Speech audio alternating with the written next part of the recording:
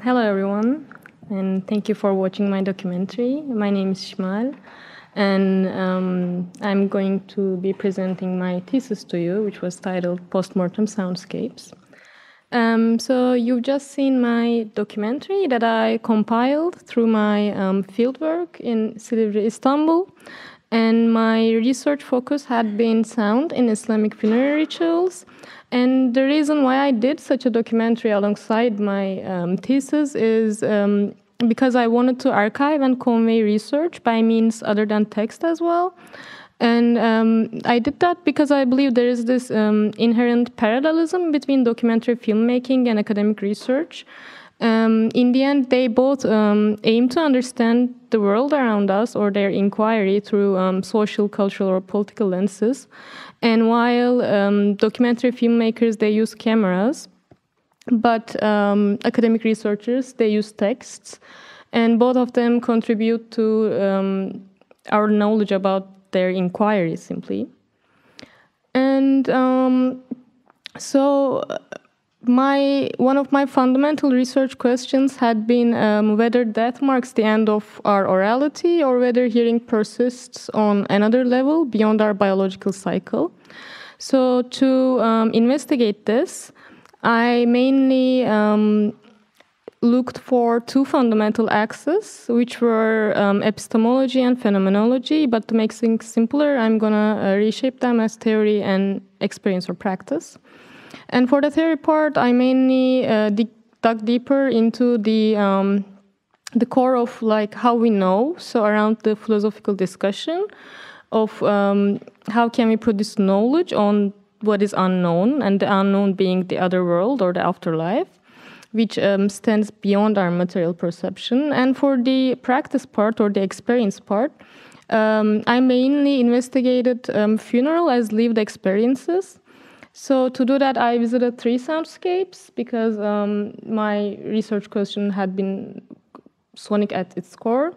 And those were, as you have seen, the wash house, the mosque and the cemetery, and I grouped them together per the leading of the imam. And finally, the house of the deceased. So what I did at first, like I said, was I dug deep into the nature of my research question, which composed of investigating the epistemological limits of my inquiry. And I did that, and I found it to be of paramount importance because there's this fact that nobody at this point has returned from that and told us about what they can hear or like how it's going over there.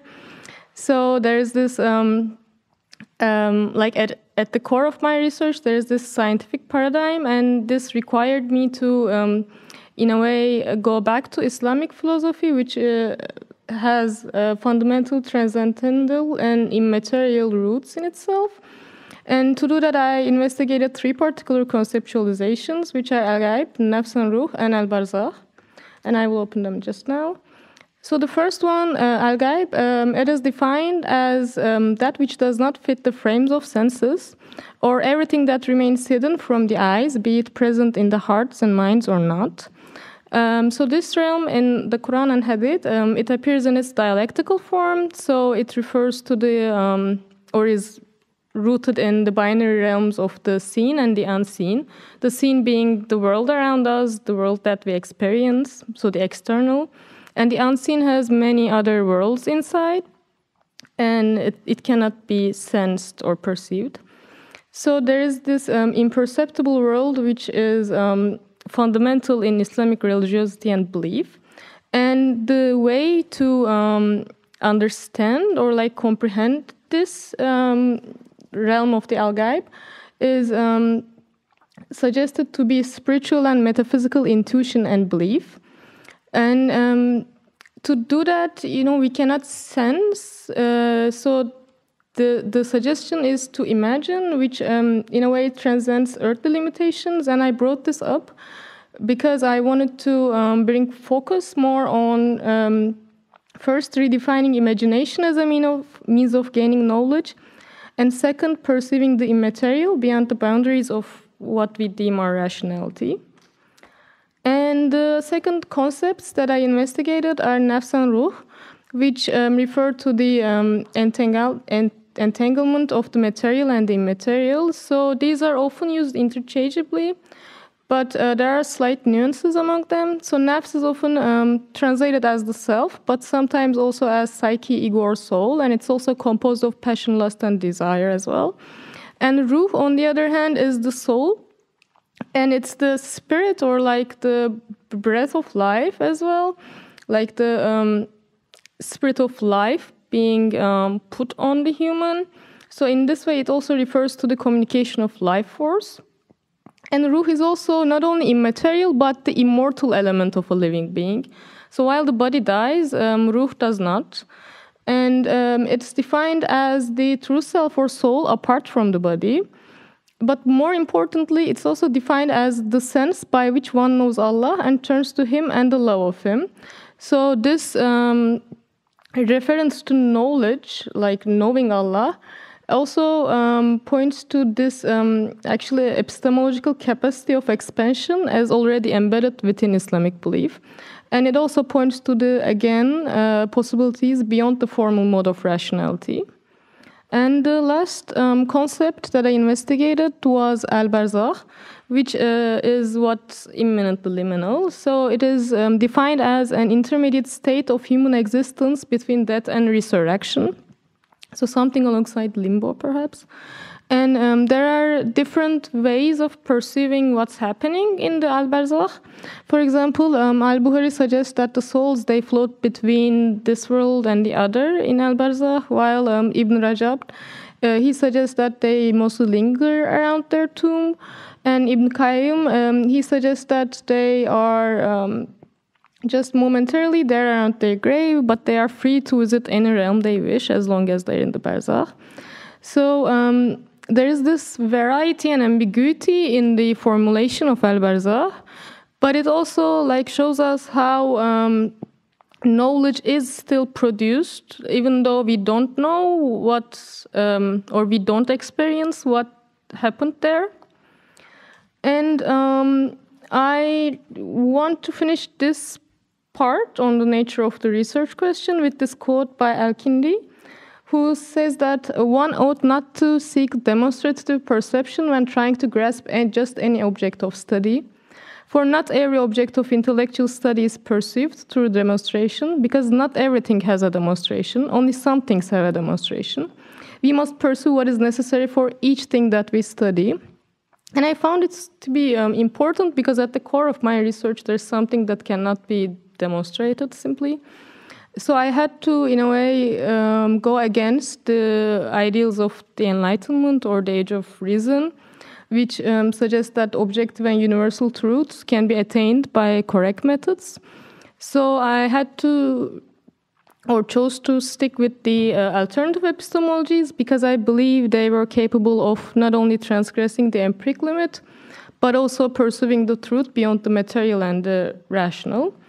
So in my research, I mainly tried to investigate the cracks through which the physical world and the hereafter, they diffuse into one another, which actually required me to go for an interwoven system of belief that's not only logical in the Islamic mode of religiosity, but also intuitive. So then to connect the theory with praxis, I juxtaposed the written Islam with the lived Islam, in which I looked at the construction of a funerary normativity. So I surveyed Islamic law and literature, in which I looked at the ways of dealing with death, but as well as like how it was shaped, bordered, or contoured. And I realized that there often appeared rotten contours where the codes met the lived reality. So I came across 4 fundamental beliefs regarding the afterlife in the Muslim dogma. And the first one is the continuation of existence after death. And we saw that with the immortality of soul. And the second one is God's ultimate justice, which is again in line with the inevitability of that. But also this is used against women showing public sorrow or grief, because it's deemed going against God's justice. And I will open this just now. And the third is the sanctity of the body, which we have actually watched with the documentary, like how the body is prepared for the funeral, just like a living one, with the use of warm water or like the putting of wooden blocks. And the fourth one was the adherence to the ways of the Prophet and his companions. And this primarily refers to the standardizing of the funerary practice. But this is again also used against, by some jurists, the gendered practices, such as gathering together, because they were not present in the time of the Prophet. So what I then did was that I investigated the emotional expressivity within the context of gender. And like I said, the act of mourning, this has been a subject of regulation and debate for a very long time. And in history, the jurists opposed this, like I said, because it's deemed going against the God's degree. And the act of gathering together after or following certain days of the funeral, such as the 1st, 7th, or 14th, called Mevlids, these are deemed as bidat by the Directorate of Religious Affairs in Turkey and also many other sources, which is something alongside innovation, but as well as heresy. And this is because this practice was not present in the time of the Prophet, and they suggest that it has no religious roots. But in the end, both of these, they still continue their existence, at least in Turkey. And before going into the fieldwork, I want to talk about the act of listening in Islam, which is called sama. And this act of listening, it has a connection to understanding the divine message. And there, it is not only the reciter's responsibility to convey the message, but also the listeners to receive it in a way. So what happens is that the listener needs to have softened their heart, because this way they become more open to understanding and comprehending the message. And there is this active agency imposed upon the listener as well. And they need to be engaged with the sacred. So they cannot only just listen, but they have to put their hearts in it as well.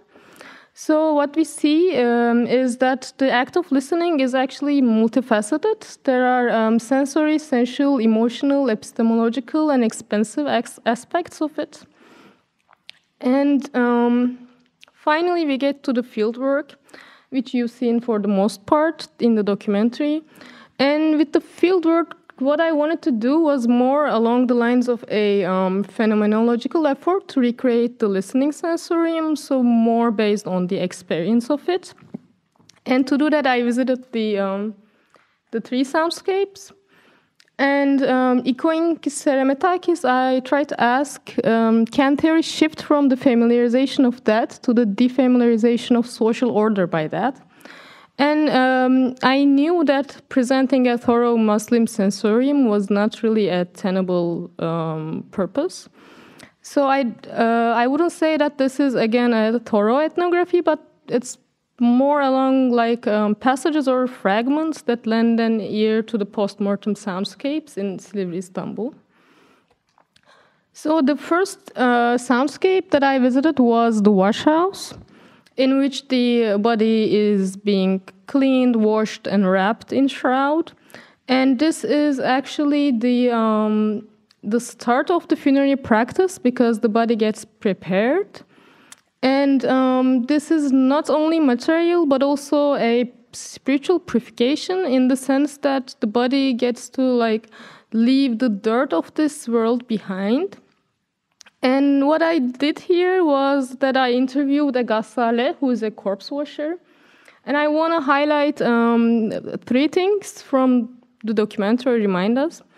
The first one is how she suggests that in the act of shrouding the corpse, while turning, helps the corpse washer.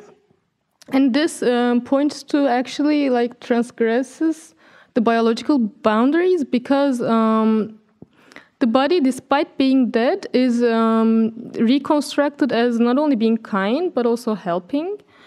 And the second thing that I want to remind us is the use of warm water instead of hot or cold. And Ghazali explains this as we wash them just like we wash ourselves, because we wouldn't want the body to either be frozen or burned, so we choose warm water. And when it comes to the soundscape, she again refers to Berza, as we watched, and there she has like an answer on both medical and spiritual terms, like how the brain continues working for a day, but also in the realm of Berza, we of course hear, even though we don't either remember or cannot answer. And the second soundscape that I visited was the mosque and the cemetery, which is respectively where the funerary prayer and burial happens.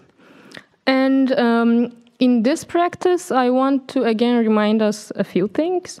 The first is the usage of wooden blocks, which points to the continuation of a postmortem sensorium, mainly because the Imam, he suggests that, he says, in our belief, there's this idea that the body will be pressed in a way. So we don't want to put them any harm or hurt the body. So we use wooden blocks on top before pouring soil. So the body would be still comfortable in the grave in a way. And what I also found interesting was that the Imam, he spoke to multiple agents in the practice. So the first thing he does is like he speaks to the congregation, which is the living, the mourners. And he, in a way, tries to comfort them through verses and hadiths that refer to the inevitability of that, or like God, how God knows the best. And then he speaks directly to the God, asking for the forgiveness of the sins of whoever died. And last, in the process of talqin, he speaks to the dead directly, which is talqin, as we watched. It's reminding someone of the fundamental pillars of their religious faith. So what's their book, who's their God, who's their prophet. And he says that in the process of talqin, when I asked, he said it is more so hoped that they can hear. But again, here he points to the fact that if this person did not perform their earthly duties on earth, then giving talqin or like reminding them of the pillars of their religious faith would not be of use, because actions are according to intentions. So the last soundscape that I visited was the house of the deceased, which is where the communal mourning and remembrance takes place. And like I said, the women gather together on certain days following the funerals, such as the 1st, the 7th, the 40th, or the anniversary. And like I already said, these are deemed bidat, which are more on the heretical side by the Directorate of Religious Affairs in Turkey. But I find this interesting because Mevlid, like this gathering together and communal mourning, this is simply the recital of the Quran, the Mevlid, which is a poetry about the birth and death of the Prophet, and songs and poems and prayers. So what happens there is that unlike the other two soundscapes, there are no government officials or civil servants. The participants are women of the neighborhood and the Mevlid Han, who is the reciter of this practice. She is someone that has a beautiful voice and known through the inherent beauty of their voice, simply. And I believe these practices of gathering together and mourning fundamentally serve to the society. And in my private conversation with the Mevlidan, which was unfortunately, it was recorded but not shot, she says that is emptiness, but coming together fills it up. And also, in a way, the house of the deceased, there is this emptiness of the one that recently died, but it becomes filled with family and friends. And she also says that surely not only the ones in the room, but also those in other realms hear us as well. So there, we actually see that the physical bounds of the house in its concreteness or earthliness are transgressed in a way in this gathering where the participants are women and this is a solely sonic practice. So it's not just, remembrance or commemoration, but it's also believed to be a direct exchange. So, in conclusion, I want to point three specific things. The first is that with the conceptualization of Barzakh, the liminality, there we have this idea or this belief of a continuation of a connection between the living and the dead. And this can be observed on sensorial terms with the choice of, like I said, the warm water or the putting of wooden blocks. But more so when I asked the interviewees about whether they think it can be heard or not, they all said that they do believe the dead can hear. And when it comes to the gendered discussion, I find that even though this act of gathering together is deemed heretical, this marginalization of this gendered practice is often bypassed in local experience, especially in Silivri, but also most parts of Turkey. And I don't think that it should be deemed as heretical, but more so on the... It could be reshaped as commemorating the fundamental reality of mortality. And finally, with this act of understanding, listening, or sama, the heart softens and becomes more receptive to knowledge. And this is also present in the act of Mevlid, the gathering. And there, the women that come together, they reflect humbleness and repentance. And there they, in a way, expand through listening, which becomes amplified in the act of gathering. And that's it. Thank you for listening.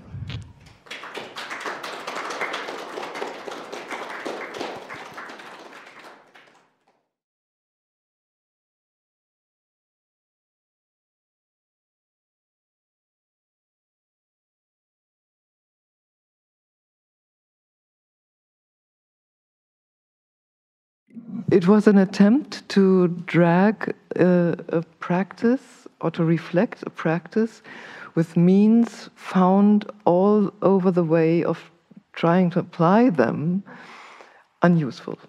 And somehow, yes, useful and somehow not useful. And I think this is the best part and the biggest problem of your fine talk. And I was really impressed by everything you did, the film, and also how you presented it to us. And now I make a quick jump and go down from this place and down from Hegel and all that stuff and methodology talking, just with one very simple question. How does this woman whom you were interviewing, how comes that she said there's medical evidence that people, what kind of medical evidence is she resorting to?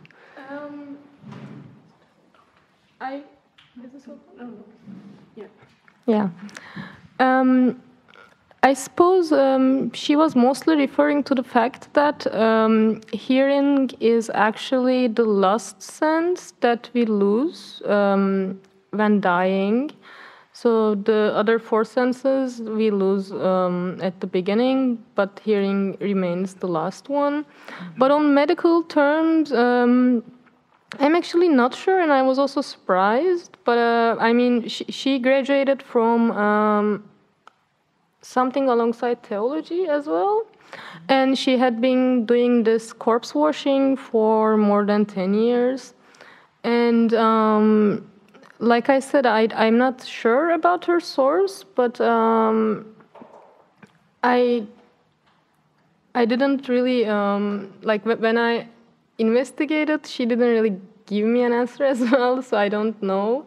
But I still wanted to include it because that's, again, a part of like her belief and her conceptualization of this realm with also like a medical source on, I don't know, on brain and its continuation. Yes.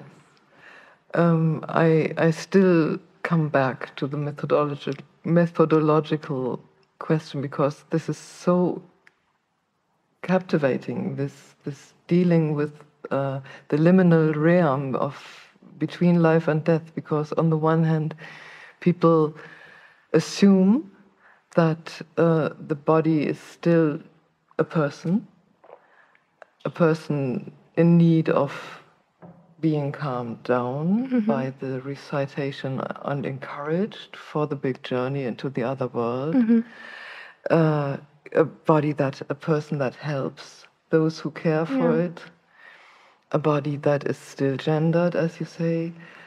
And so I wonder, when you ask questions about it, you had this question, does the audition, does listening persist after death? Perhaps one should ask, because you also always relate to society, perhaps one should ask to whom belongs the hearing or the listening, the sense of listening of the deceased. Does it belong to the bereaved? Is it only the imagination of the bereaved? Is it a sweet gesture to calm down the bereaved in their fears from the dead one, possibly? Or is it, as you say in the beginning of your thesis, something that is rather considered to calm down the society, that they do everything right?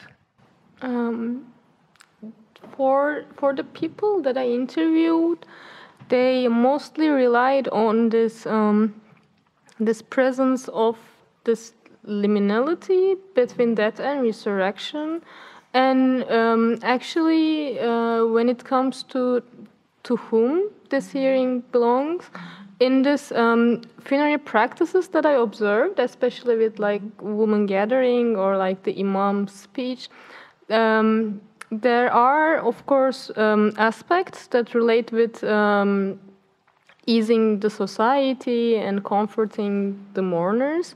But also, they always said that because they're in this liminal realm, they hear, because the soul is believed to still go around, like our world and the other world, and it's like I said, the ruh is deemed immortal in a sense.